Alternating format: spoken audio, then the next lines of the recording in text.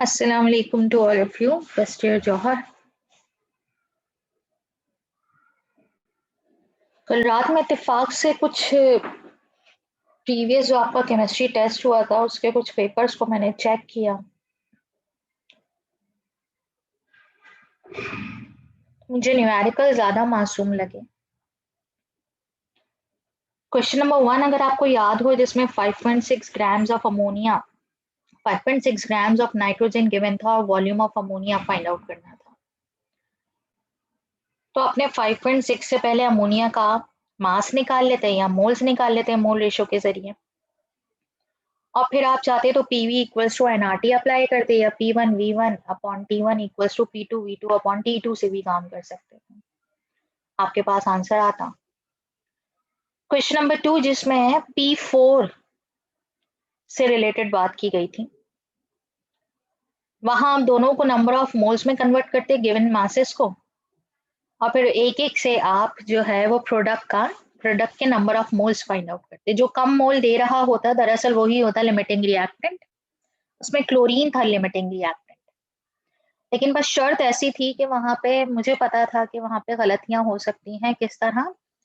अगर molecular mass निकाल रहे होंगे तो वहां पे सही कंसिडरेशन कर पाएंगे या नहीं। क्वेश्चन बड़ा आसान सा था, और जब आपके पास प्रोडक्ट के जो लीस्ट मोल थे आप उसी को मॉलिक्यूलर मास से मल्टीप्लाई करते तो प्रोडक्ट का मास भी आ जाए। क्वेश्चन नंबर 3 की बात करूं तो सबसे आसान और सबसे सिंपल था। 4.2 ग्राम्स बेकिंग सोडा के गिवन थे, जिसमें केक से रिलेटेड बात हो रही थी।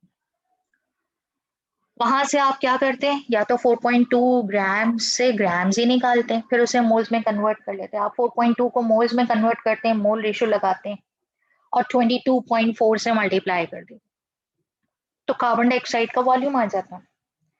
और क्वेश्चन नंबर 4 तो बड़ा ही इंटरेस्टिंग, कहीं से भी नहीं लिया, बुक एक्सरसाइज। आप अगर अपनी बुक को सॉल्व करते तो ये क्वेश्चन एज इट इज वहां से लिया गया है, जो मैंने आपको ड्यूरिंग क्लासेस कहा था कि बेटा इसे सॉल्व कीजिएगा, आपकी प्रैक्टिस हो।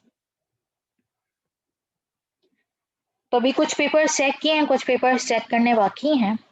बहरहाल देखूंगी मैं कि वहां पे और मजीद कितनी गलतियां नजर आती हैं। नाउ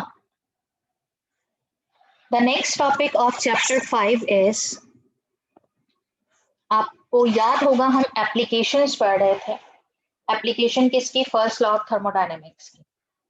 और आज जो हम पढ़ेंगे वो सेकेंड एप्लीकेशन होगी, विच इज हीट एब्जॉर्ब्ड या हीट एट कांस्टेंट प्रेशर। अगर मैं हीट एट कांस्टेंट प्रेशर की बात करूं तो उसे हम आइसोबैरिक प्रोसेस कहते हैं।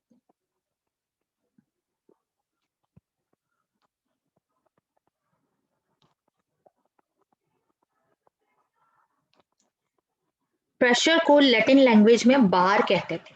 प्रेशराइज करना यानी बार्स। और क्योंकि प्रेशर कांस्टेंट है तो इस बार क्या हो जाएगा? Isobaric process. तो अगर कभी एग्जाम में आ जाए कि explain isochoric and isobaric process, तो आपने उसी को सॉल्व करना है, इसी तरह जिस तरह मैं आपको बता रही हूँ।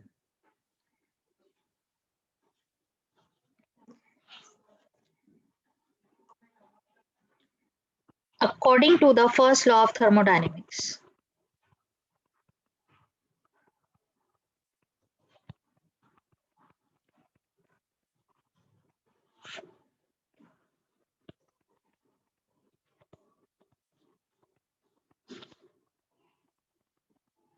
according to the first law of thermodynamics, Q equals to delta E plus W, और since we know that W equals to P delta V, तो आपने क्या किया? Yes, Q equals to delta E plus P delta V। यहां तक मैंने कोई नई बात नहीं की। This is known as equation 1। लेकिन अगर मैं आपसे कहूं at constant pressure.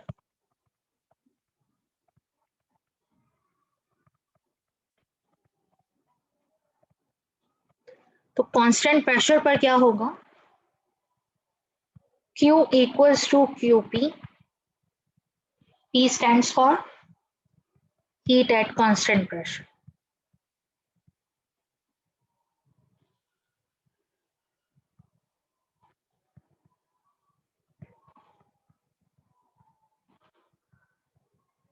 And delta E means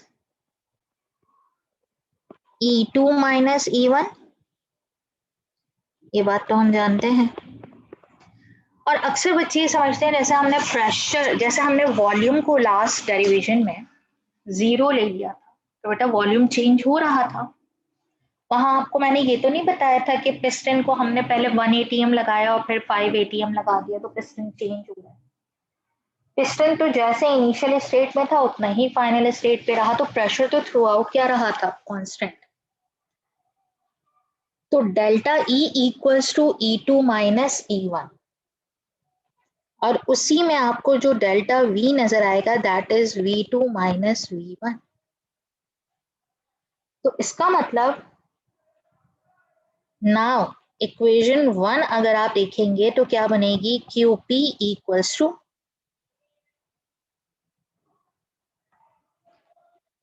delta E plus P delta V जिसे आप कह रहे थे। अब आपने QP equals to E2 minus E1 plus P V2 minus V1। 2 का मतलब क्या होता है, फाइनल स्टेट। 1 का मतलब क्या होता है, इनिशियल स्टेट, है ना।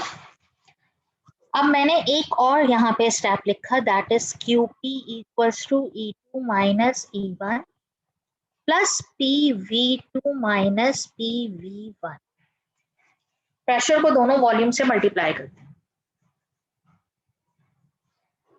Now rearranging above equation, rearranging का मतलब फाइनल को फाइनल के साथ लिखे और इनिशियल को इनिशियल के साथ।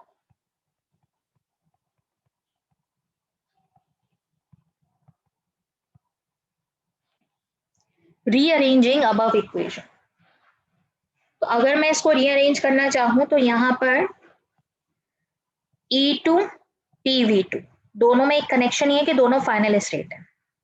E1 और PV1 दोनों में कनेक्शन ये है कि दोनों इनिशियल स्टेट। मैंने इनको अरेंज करना शुरू किया तो मैंने कुछ इस तरह से लिखा, QP equals to E2 plus PV2 minus E1 minus PV1। आप जानते हैं ना किसी भी वैल्यू से पहले साइन लिखी हुई होती है, तो E2 की साइन पॉजिटिव है, E1 की साइन नेगेटिव है, PV2 की साइन पॉजिटिव है और PV1 की साइन क्या है, नेगेटिव है। अब यहाँ E2 प्लस PV2 प्लस में है और यहाँ ये माइनस में है, लेकिन मुझे पता है ये जो माइनस है ना ये वाला, ये बड़ा इंपॉर्टेंट बनेगा क्योंकि हम इसे कॉमन के लिए यूज करेंगे। तो देखिए हम इसको कैसे लिखते हैं, QP equals to E2 plus PV2 और फिर मैंने यहाँ पे लिखा माइनस। जब मैं माइनस को कॉमन लेती हूँ तो वैल्यू जाती है ब्रैकेट में और यहाँ पे एक ऐसी आप साइन लगाते हैं जिससे मल्टीप्लाई होने के बाद पहले वाली साइन आती है। तो माइनस प्लस अगर मैं ब्रैकेट खोलूं तो PV1 के साथ कौन सी साइन आएगी, माइनस प्लस माइनस। तो ये आपने क्या लिया, साइन ऐसे अरेंज की कि ये कॉमन हो जाए, ये भी प्लस ये भी plus. This is known as equation 2। ये बनी हमारे पास equation 2। Now here we introduce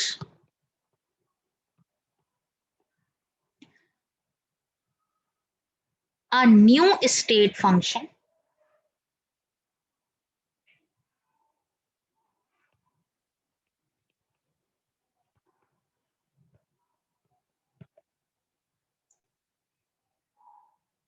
called enthalpy,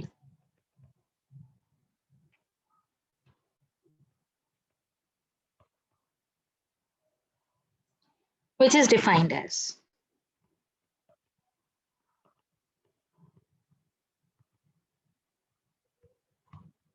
enthalpy। हालांकि enthalpy आप जानते हैं क्या होता है भाई enthalpy? Total heat content of a system, system की टोटल हीट, चाहे वो इसने एब्जॉर्ब की हो, इवॉल्व की हो या किसी भी तरह से, that is total heat content of the system and it is denoted by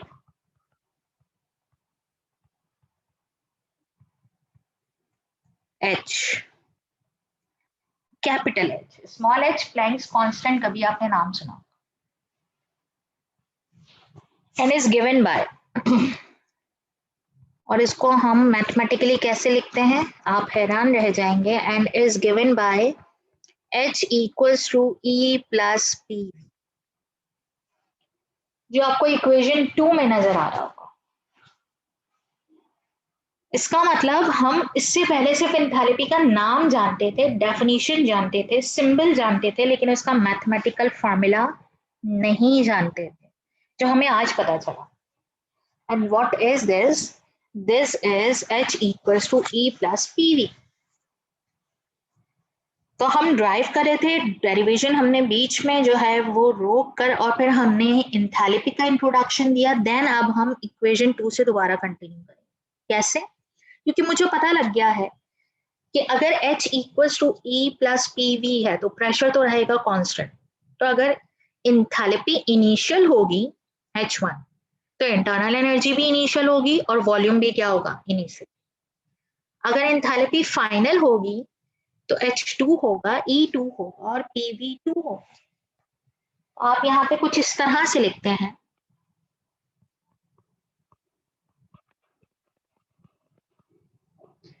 for initial state H1 equals to E1 plus PV. For final state H2 equals to E2 plus PV2. Put in equation 2.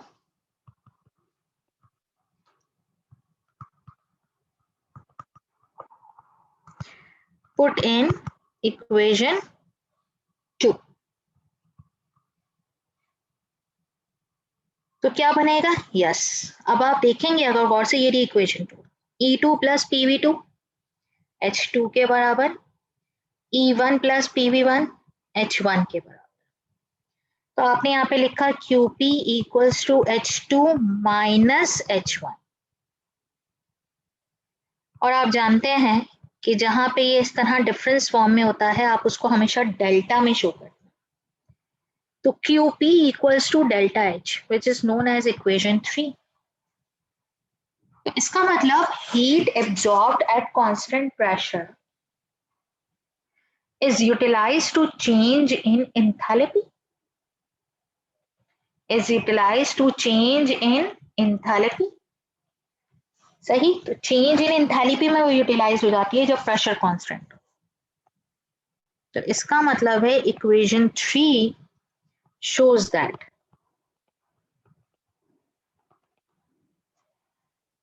heat at constant pressure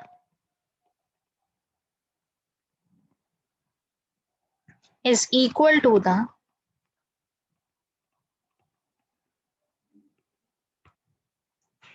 change in enthalpy।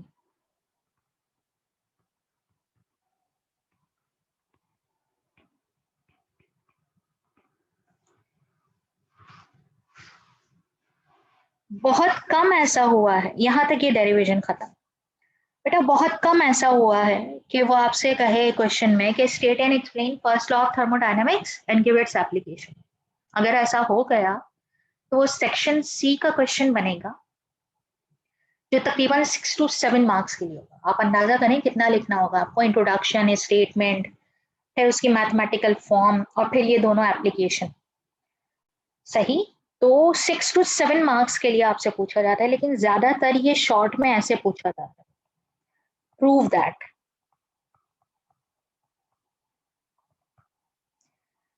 Prove that में अक्सर वहां पे small भी लिखा हुआ होता है, Q V equals to delta E, इससे परेशान नहीं होना है।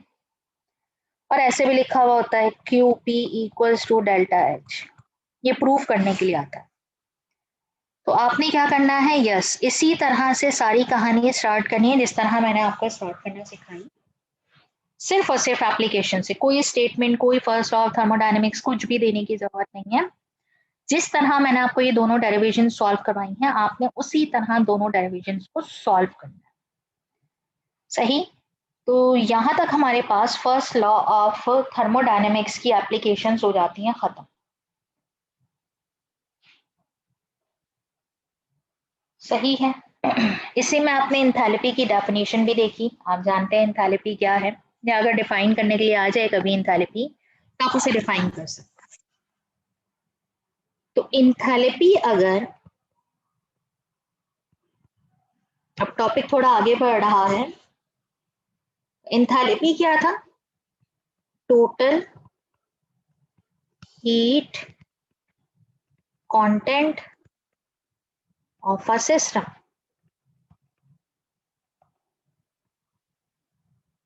तो फिर इसकी एक और डेफिनेशन भी बन सकती है according to form, it is the sum of,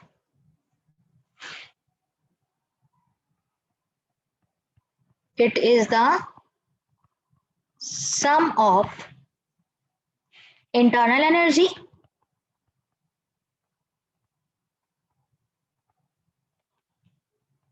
and product of pressure and volume।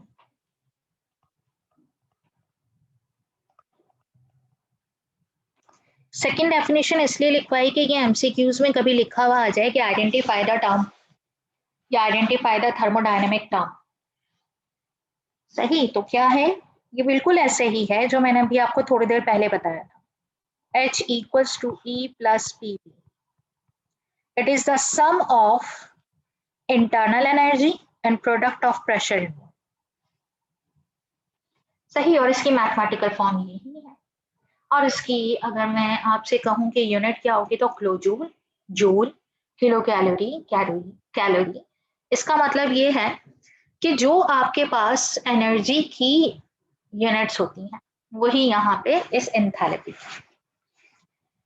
लेकिन इसके साथ एक टर्म और भी है, चेंज इन एंथैल्पी।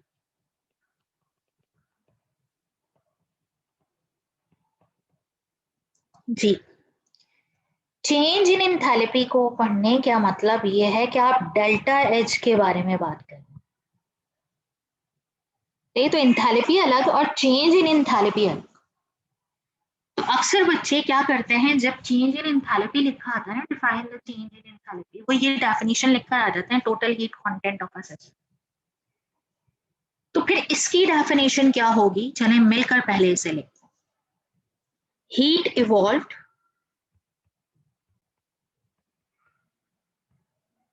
और एब्जॉर्ब्ड, दोनों में से कोई एक काम तो हो रहा होगा। During a chemical reaction,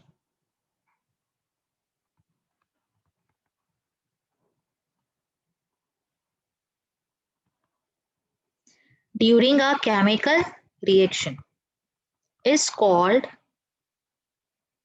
change in enthalpy। Actually आगे के टॉपिक में सारा गेम ही इससे रिलेटेड है। And on the basis of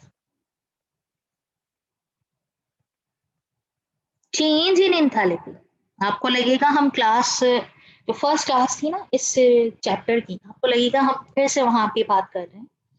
on the basis of change in enthalpy,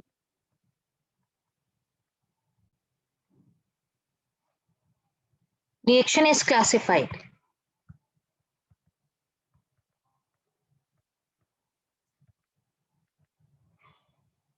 as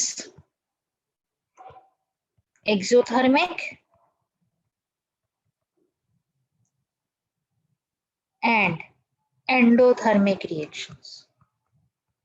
यानी एक्सो और एंडो इसी की बेसिस पर हमने क्लासिफाई किए हैं। किसकी बेसिस पर? Change in enthalpy. अगर मैं इससे रिलेटेड डायग्राम बताऊं अब आपको, तो आपको याद आ रहा होगा अपने डिफरेंसेस लिखे थे। उन डिफरेंसेस को अगर मैं थोड़ा सा यहाँ पर डिफाइन कर दूं, थोड़ा सा किस फॉर्म में? डायग्रामेटिक फॉर्म में। इन एक्सोथर्मिक रिएक्शंस, कभी कभी वहां पे एनर्जी डायग्राम पूछ लेते हैं। In exothermic reactions enthalpy of reactant is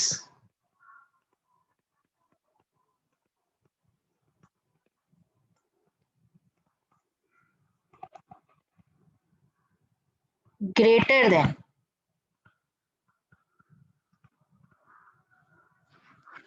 enthalpy of product।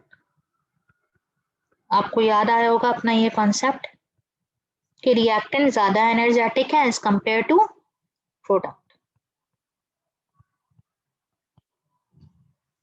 तो इसका मतलब मैं यहाँ पर ऐसे कह सकती हूँ, enthalpy of reactant is greater than enthalpy of product। तो फिर डेल्टा एच अगर मैं यहाँ पर निकालना चाहूँ तो कैसे निकलेगा? enthalpy of product minus enthalpy of reactant equals to negative। आपको याद आ रहा होगा कि एक्सोथर्मिक में डेल्टा एच की वैल्यू क्या होती है? नेगेटिव। इसको आप ऐसे भी शो कर सकते डायग्रामेटिकली।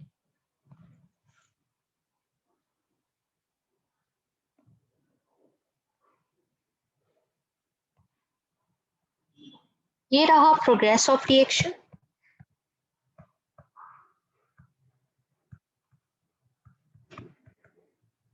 और ये रहा एनर्जी चेंज। तो रिएक्टेंट है यहां ज्यादा एनर्जेटिक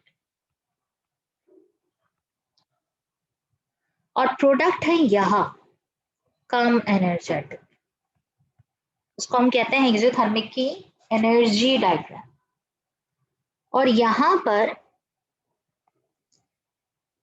रिएक्टेंट की एनर्जी और प्रोडक्ट की एनर्जी में जब आप डिफरेंस निकालते हैं तो डेल्टा एच कैसे आता है? नेगेटिव। और आप जानते हैं क्यों आता है? क्योंकि प्रोडक्ट की वैल्यू कम होती है और रिएक्टेंट की वैल्यू क्या होती है? ज्यादा।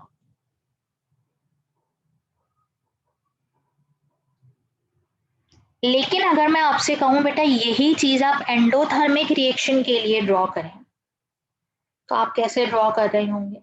चलिए मिलके इसे चेक करें।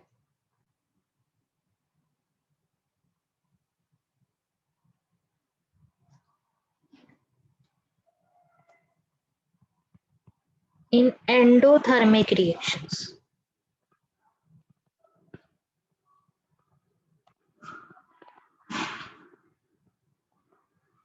क्या होगा एंडोथर्मिक रिएक्शंस में? यस। अब मेरा ख्याल है कि आप मेरे साथ साथ, अब मेरे लिखने का वेट नहीं करेंगे, आप मेरे साथ साथ ही या मुझसे पहले ही लिखना शुरू हो गए होंगे कि in endothermic reactions enthalpy of product is greater then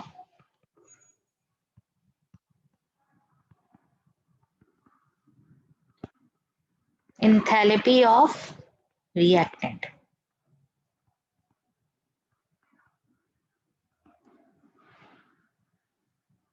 इसका मतलब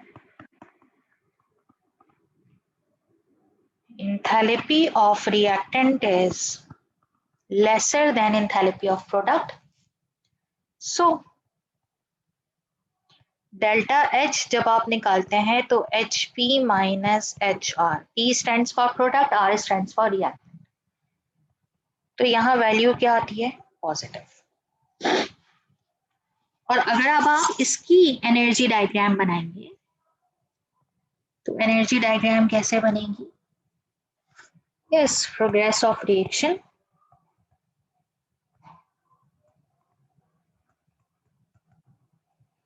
और यहाँ आएगी एनर्जी।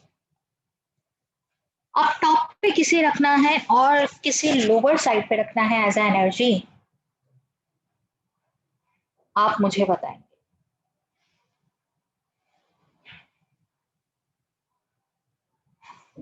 रिएक्टेंट अपर रखूं और प्रोडक्ट लोअर रखूं?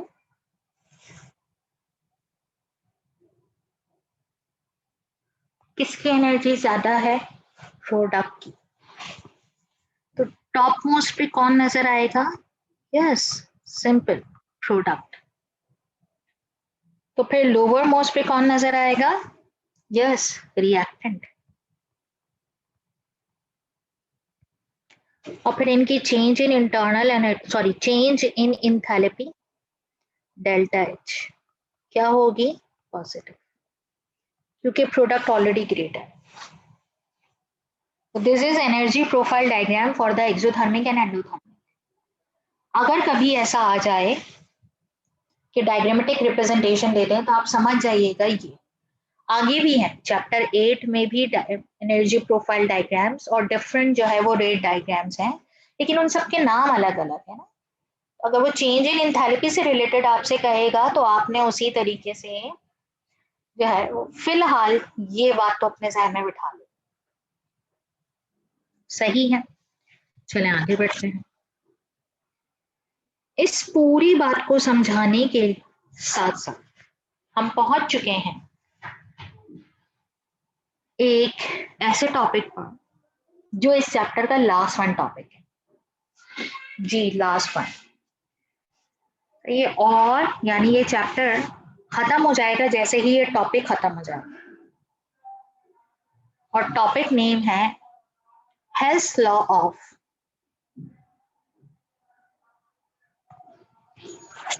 Constant heat of submission.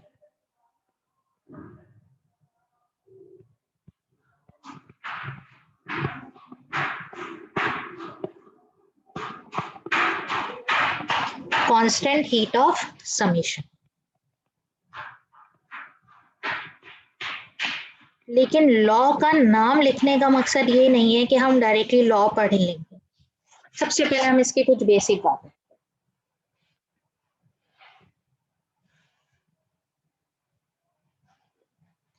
ये जो लॉ है ना, ये दरअसल एक मॉडिफाइड फॉर्म है first law of thermodynamics.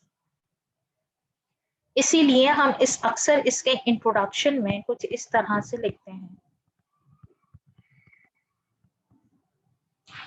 It is another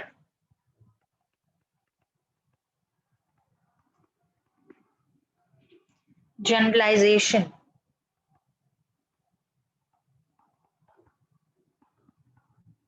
based on first law of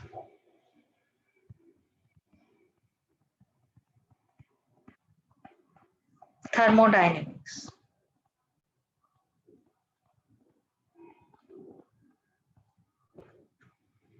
ये जो मैं टॉपिक आपको पढ़ा रही हूँ ना, ये दोनों तरह से इंपॉर्टेंट है। Number 1 numerical, number 2 theory. 5 to 6 marks के लिए लिखने के लिए आता है। State and explain the Hess's law.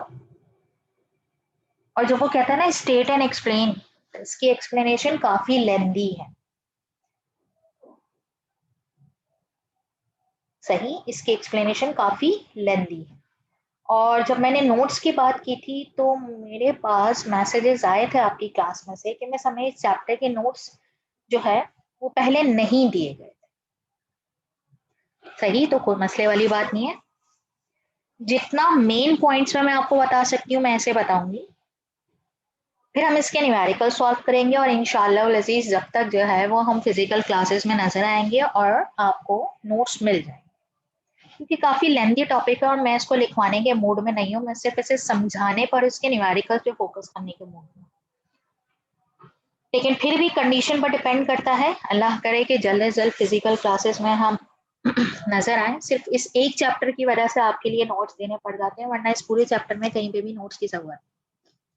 लेकिन मैं फिर भी आपके लिए कोशिश करती हूँ कि जितना भी हो सकता है आपके साथ मिलकर इसे कंप्लीट करें। Statement,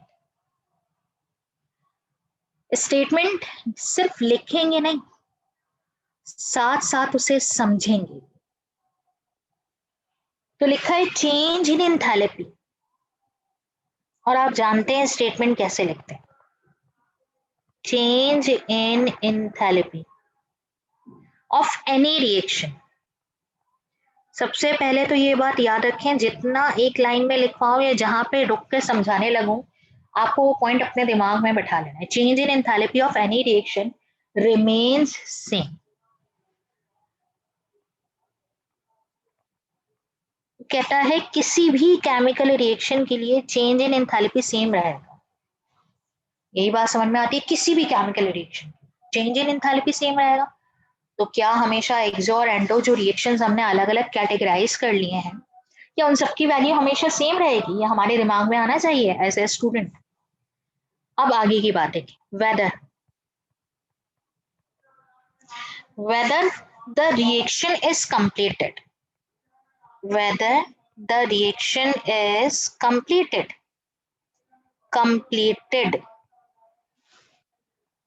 directly in one step। क्या मतलब? कहता है किसी भी रिएक्शन की एंथैल्पी, चेंज इन एंथैल्पी हमेशा क्या रहेगी? सेम। चाहे वो रिएक्शन एक स्टेप में कंप्लीट हो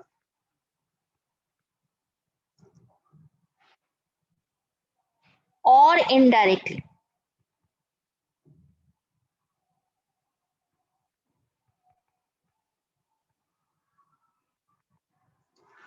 in several steps.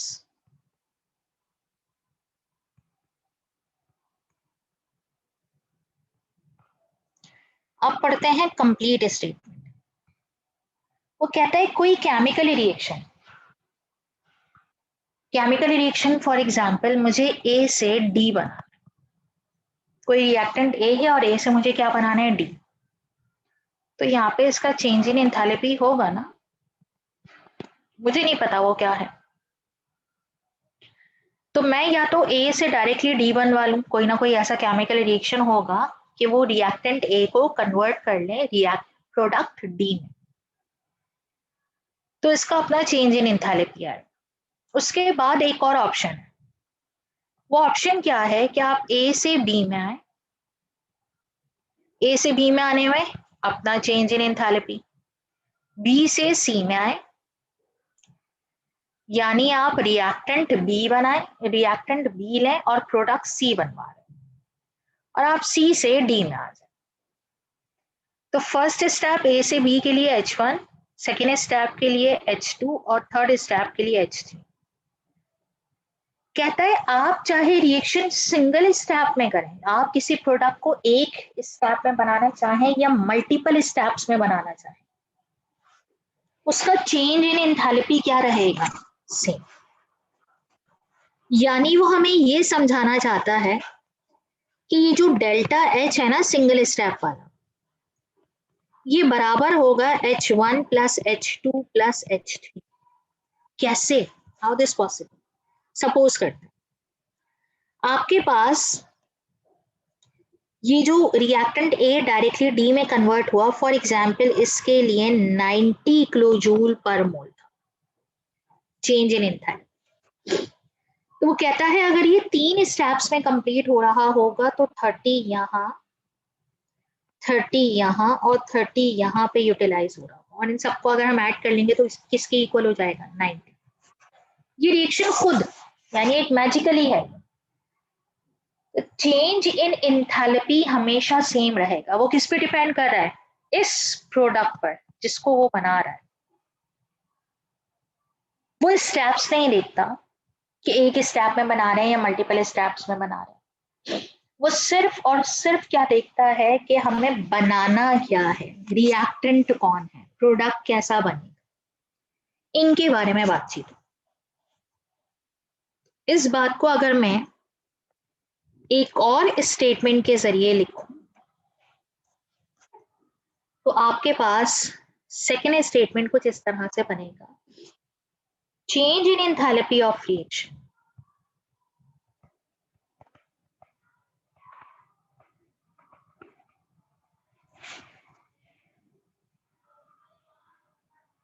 of any reaction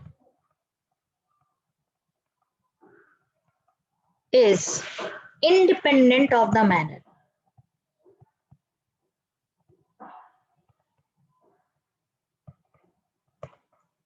Independent of the manner in which reaction takes place.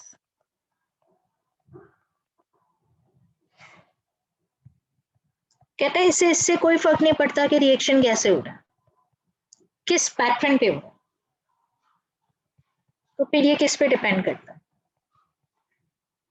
It only depends upon, it only depends upon initial and final state of the reaction. तो initial कौन होता है? Reactant, और final कौन होता है? Product. Reactant को product में कन्वर्ट होने तक कितना चेंज देखने में depend upon initial and final state of the reaction.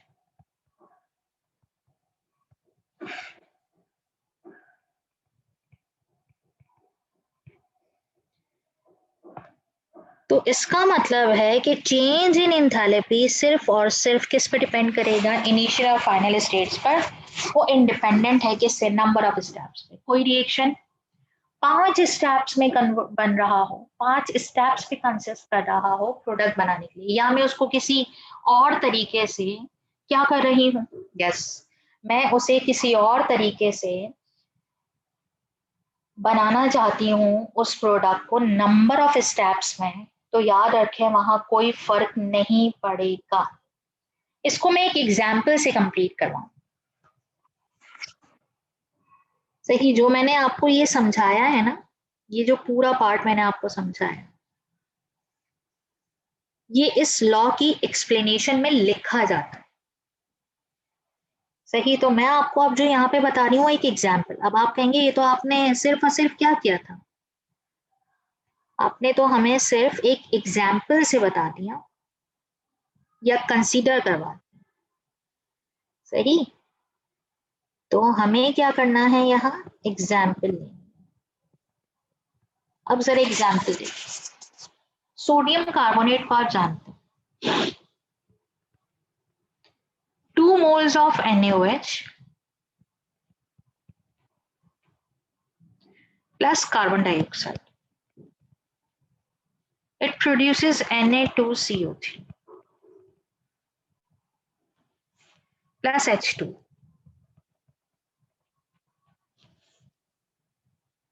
सही है, और इसका चेंज इन एंथैल्पी कितना है? इसका डेल्टा H है -90 किलो। सही है, ये डायरेक्ट मेथड है, आप सिंगल स्टेप में इसको बना लें।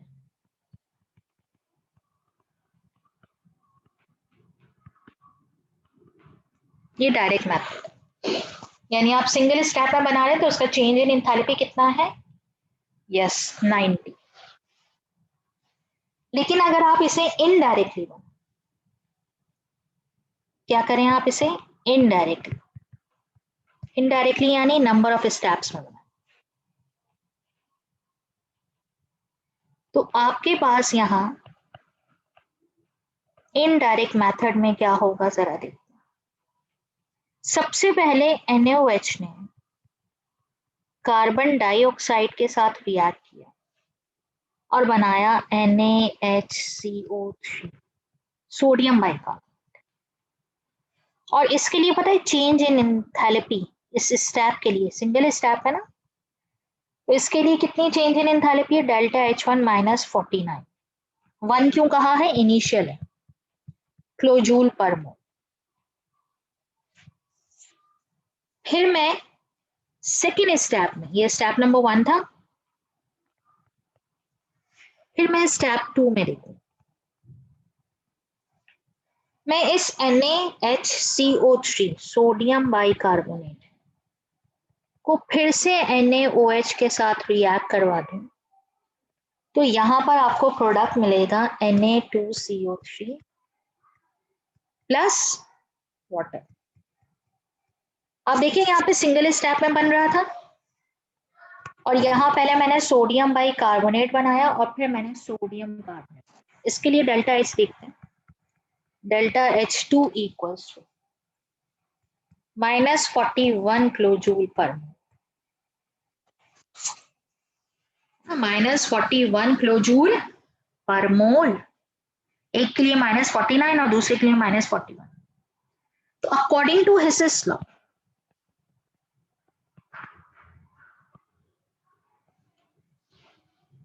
है ना, तो क्या होगा, delta H equals to delta H1 plus delta H2। तो आपने क्या रखा, आप जानते हैं ना डेल्टा H टोटल कितना था, सिंगल स्टेप में कितनी आई थी, -90। यहाँ कितनी थी, -49 plus -41।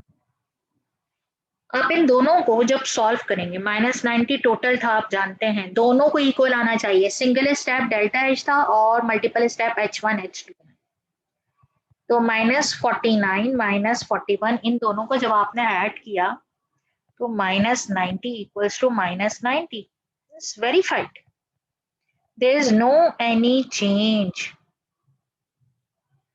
There is no any change. ये बात अपने दिमाग में बिठाइए कि हेस लॉ ये बताता है